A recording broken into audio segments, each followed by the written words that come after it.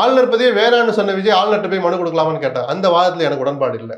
ஆளுநர் பதவி வேண்டாம் தான், திமுகவோட நிலைப்பாடு அதுதான். அதுக்காக இருக்கிற வரைக்கும் அந்த பதவியில இருக்கிற மதிக்கணுங்கிறது தான் யதார்த்தம். அது நம்ம கடமையும் கூட. அரசியமைப்பு சட்டப்படி உயர்ந்த பதவி அது.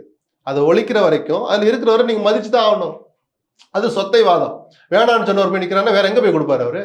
ஆனால் அந்த வேந்தர்கிட்டே சார் நீங்க முதல்ல தார்மீக பொறுப்பேற்றுக்கணும்னு சொல்லியிருந்தாருன்னா விஜய் எங்கேயோ போய் இருப்பார். துணிச்சல், அந்த துணிச்சல் தான் சார் மக்கள் ரசிப்பான்.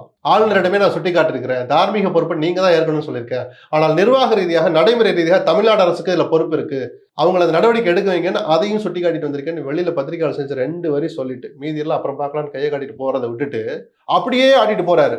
இந்த அரசியல்லாம் தமிழ்நாட்டில் எடுபடாது, எடுபடக்கூடாது.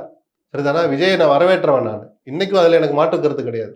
ஆனா இந்த லட்சணத்துல அரசியல் பண்ணீங்கன்னா இப்படிப்பட்ட அரசியல்வாதி தமிழ்நாட்டுக்கு தேவையே இல்லை.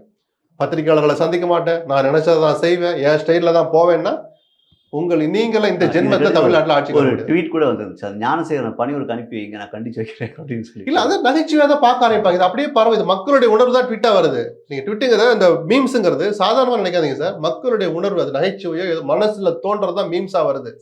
இது பரவுச்சுன்னா விஜய் என்ன கதி ஆவார்?